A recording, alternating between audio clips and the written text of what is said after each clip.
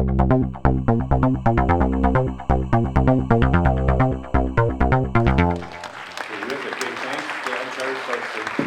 this spectacular set design with all these doors, intriguing and a nice. Are you going to do a monologue? An appropriate setting. No, I'm not going to.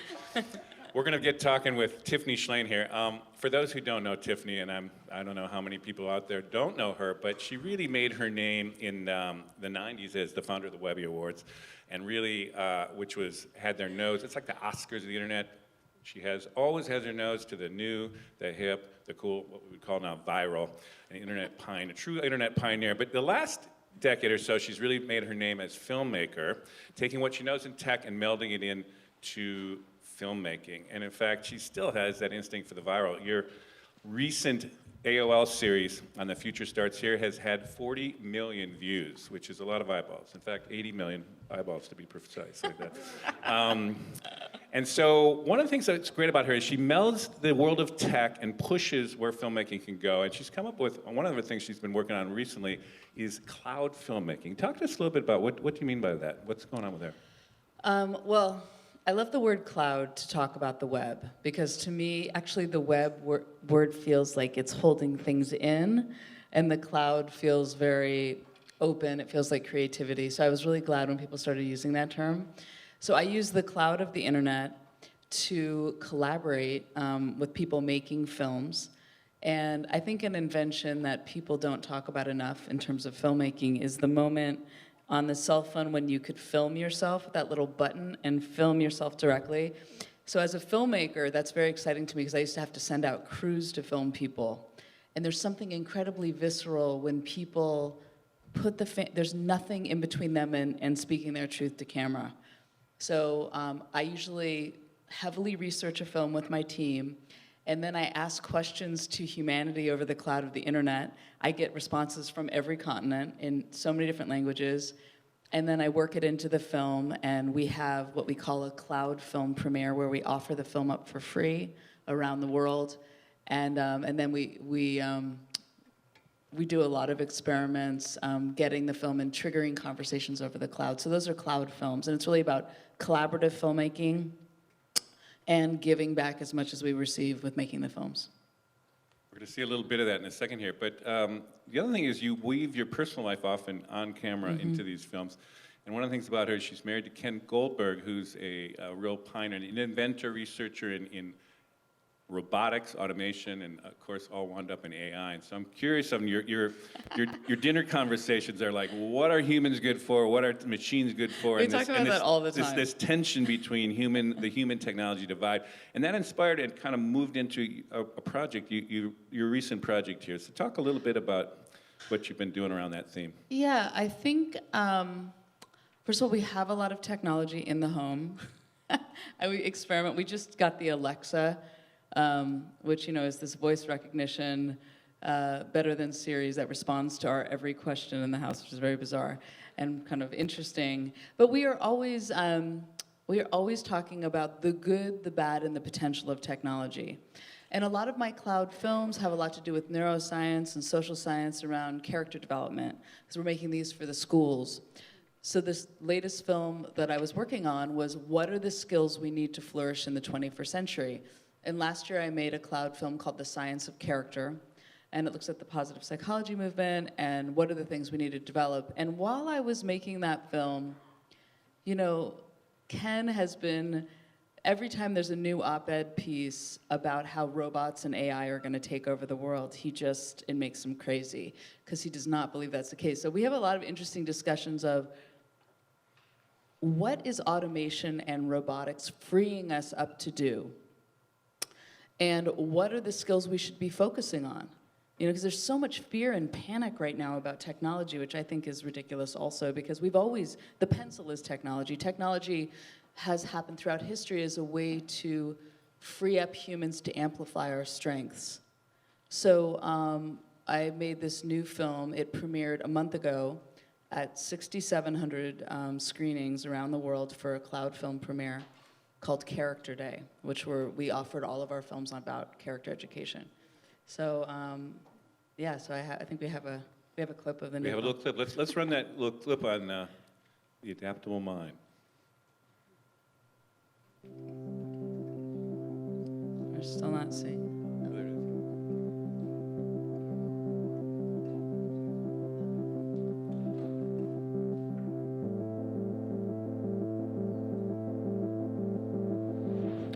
What's a great example of a 21st century mind in action?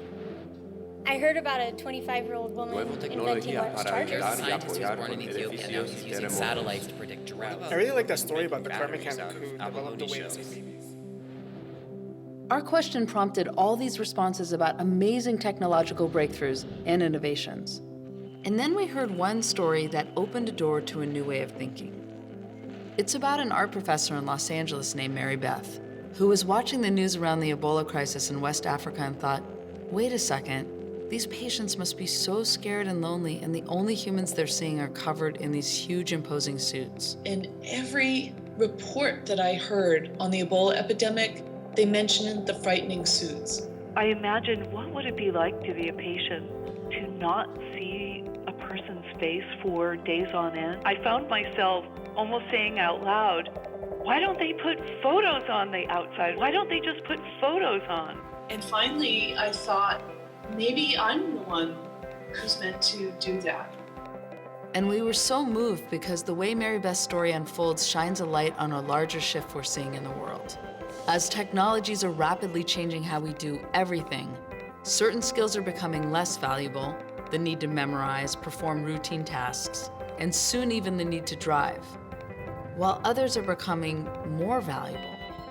So what exactly are the skills that prepare us for a world that's constantly changing?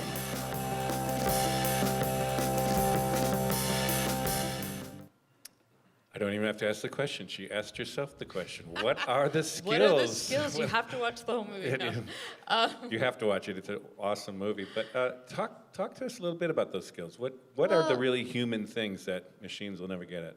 I think, there's so much focus right now on STEM. As a parent, we have a 6-year-old and a 12-year-old, so it's all about science, technology, engineering, and math, which I'm all for, but not at the expense of the arts, and not at the expense. So, they say STEM, and then it's changed into STEAM with an A for the arts, and our 12-year-old daughter said, we should add an H for humanities, so it's STEAM. So that kind of sums up our philosophy, because I think, I went to UC Berkeley, best public school in the world. And when I studied there, I was supposed to be a doctor, that's another story, but my father bought me the book, The Making of a Woman Surgeon, on 4 separate occasions. He was a surgeon, maybe you guys, Leonard Shlain, he's a writer also. Anyways, but I was an interdisciplinary studies major. And at the time, that was rare at Cal. There was 5 of us, I think, and we had to cobble together advisors from the sciences and anthropology and humanities to do that major. Now I know it's at schools around the world are interdisciplinary, cross-disciplinary. But I think that I worry about this focus so much on just engineering, math, and technology at the expense of the other aspects which make us human. So the film, there's a lot of different schools of thoughts of what students should be focusing on, and some call it, non-cognitive soft skills, and I don't like the word non-cognitive because everything is cognitive, so it doesn't make any sense. But when it really comes down to what are the things we should be focusing on, what we found in making the film, because we looked at all this different research, and everyone had a different term for what the skills were, and we tried to distill it down to the essence of what the skills are. And things like curiosity, which machines will never replicate. Creativity. Creativity is making new combinations and new links of things.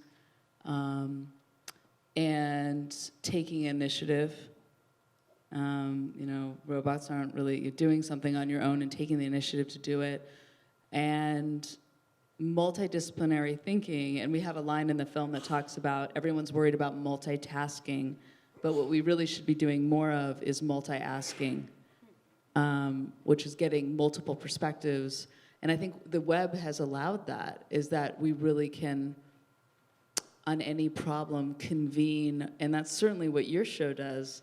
I know you're not supposed to talk about your own work, but he does this wonderful show convening different perspectives on important issues, and we can do that in such a more powerful way today. And then the last one is empathy. But yeah. No, it's a short film, 11 minutes, 12 minutes, awesome. It really boils it down there. And you really think, and Ken really thinks we'll never, those are always safe from machines. And I think one of the things you talk about in this is also the human economy. I know there's a lot of fear about displacement of machines. I mean, you talked about a little bit there on, driverless cars and how that affects taxis and trucking and all kinds of stuff. There's a lot of fear right now about this. But your sense is that there's essentially a human economy that'll supersede this in a way. Talk a little bit about that. Yeah, I mean, for so long, obviously we had an agricultural economy, and that was a lot about physicality. And then, we moved into industrial economy, and then the knowledge economy. So what are the things we really need to bring to the table now? And in that it's a lot about bringing our humanity into, along with all of these skills.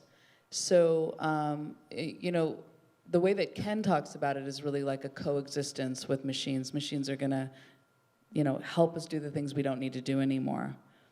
But if you look throughout history, there's always been kind of bubbling up of fears of technology. And I mean, I always think of Marshall McLuhan, who talks about technology isn't this separate thing from us, it's an extension of us. And we're good, bad, and everything in between. And it's just an extension of what we can do. So if we think about it, and I in general don't like fear-based anything, which is, there's already a whole political party that comes from that place. So I really believe that you can shape what this conversation is and what we do with it. And if you think technology is fearful, you feel, and I think the way people talk about their phones and email, it's like this thing happening to us instead of we create this thing that we are using to amplify our skills.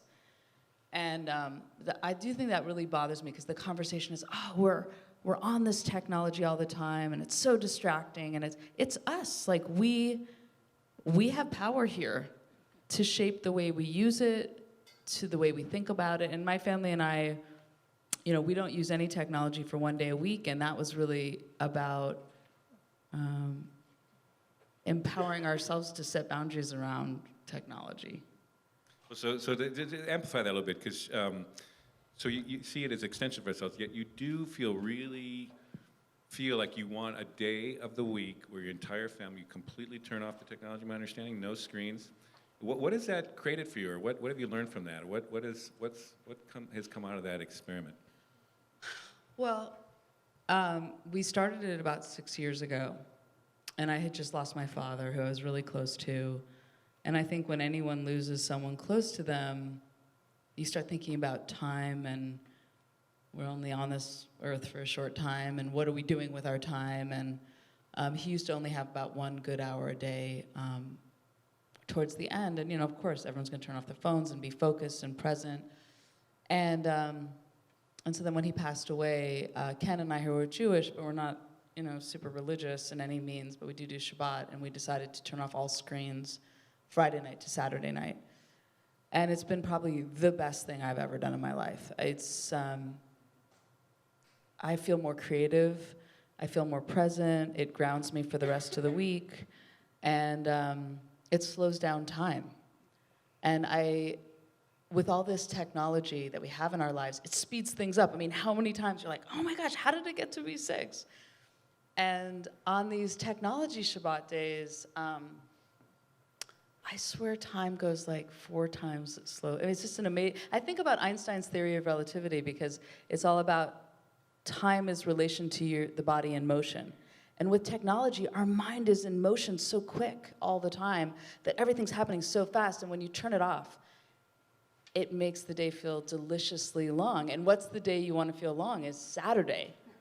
So it's like we get this, and we always joke, still to this day, we I say, gosh, what time is it? Oh my gosh, it's only 8 a.m.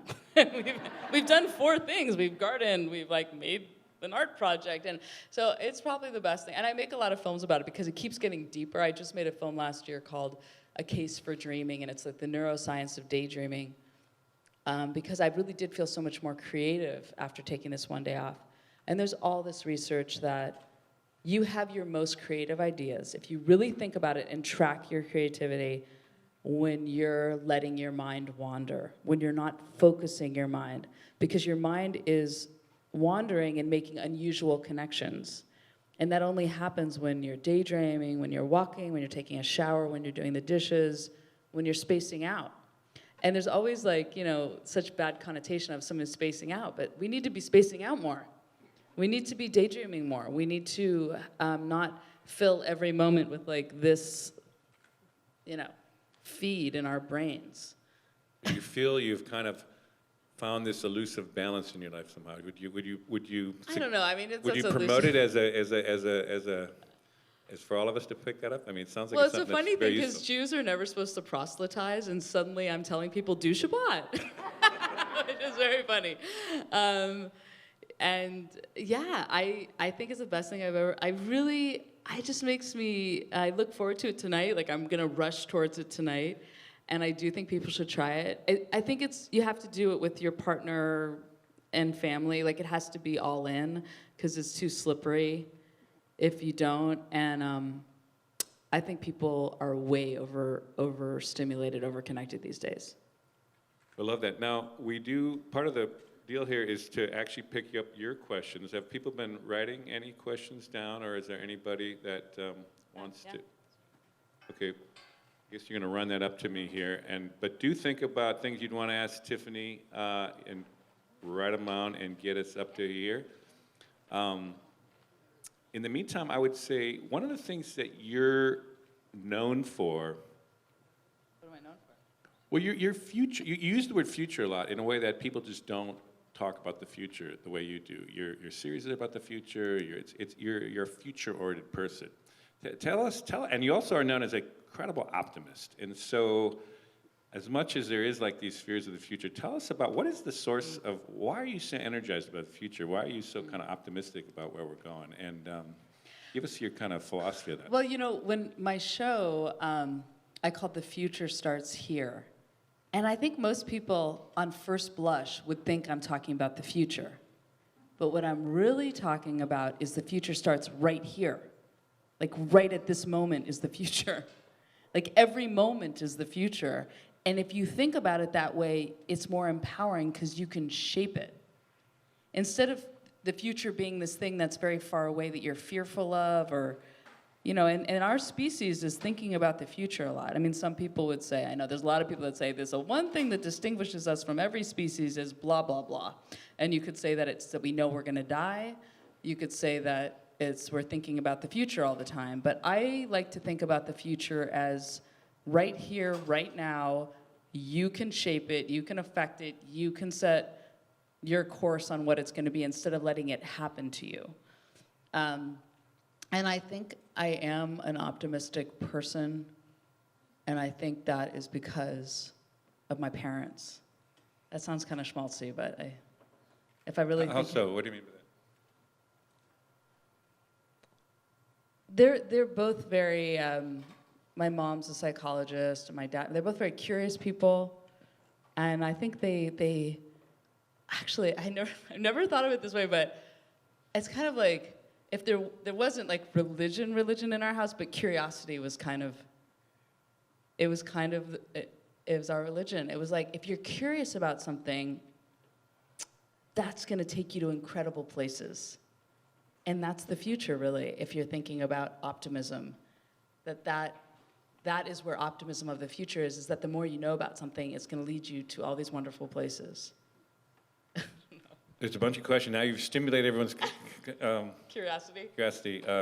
From my point of view, if you put your name on these, I'd be happy to say who did these. But here's one that's interesting. You said creativity, curiosity, empathy, yay. But where are the income sources for young adults with these abilities in high rent? I mean, there is this sense of like, STEM, it's the I'm not coders that are essentially going to run the world. But wait a second, on the coder thing, I'm not saying don't learn those things, but not at the expense of the other things.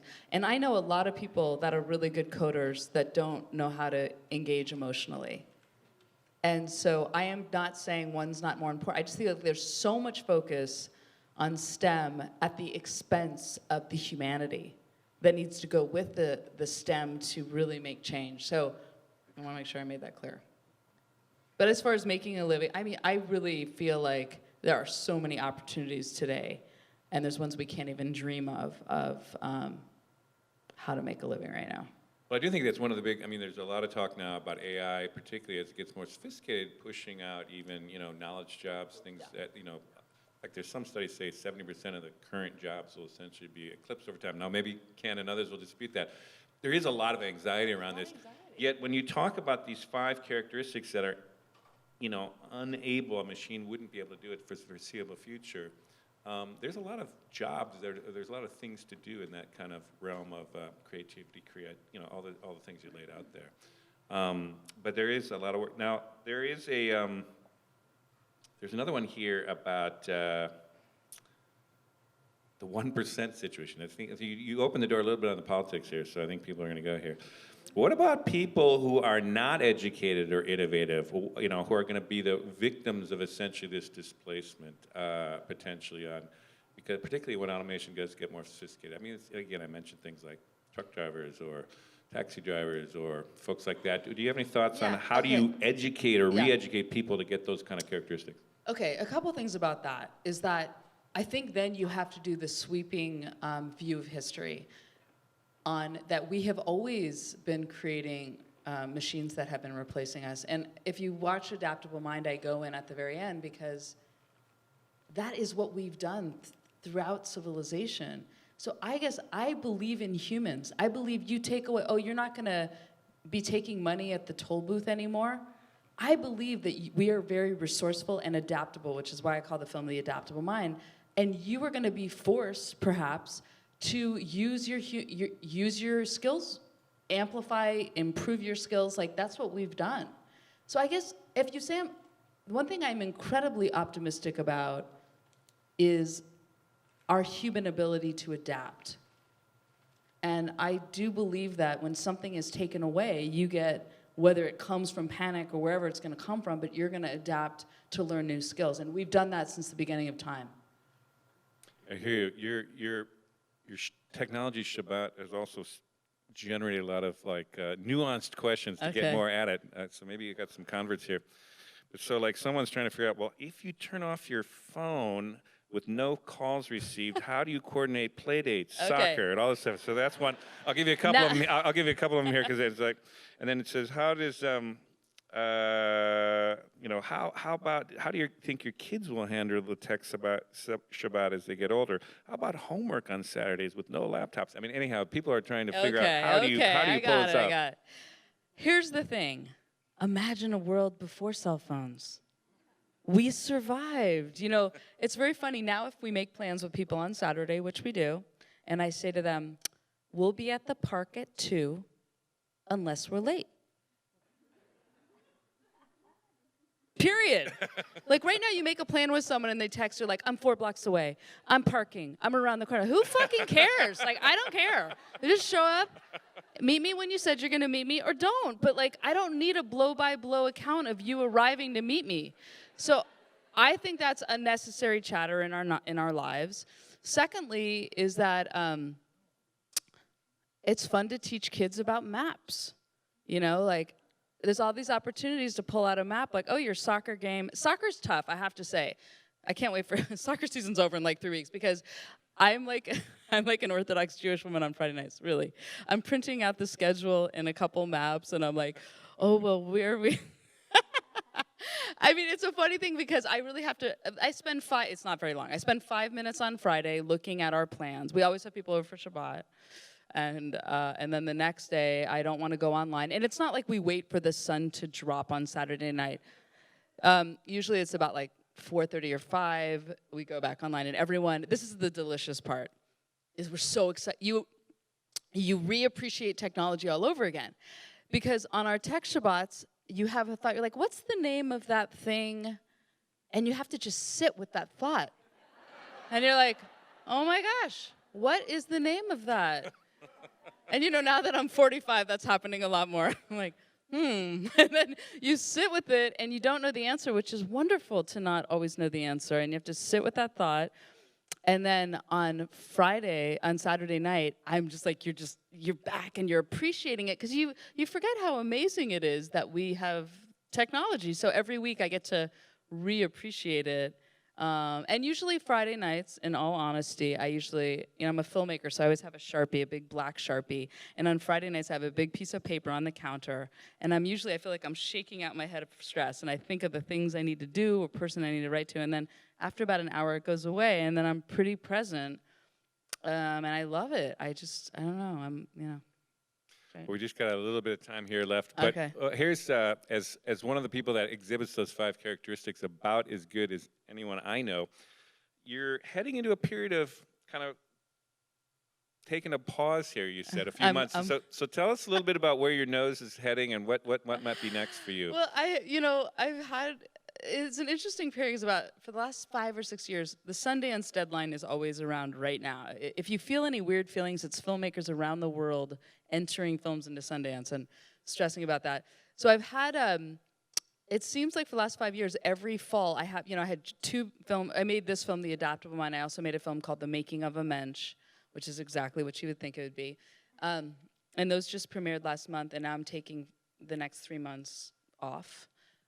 Which I do. I work intensely, and then I keep thinking of mulching.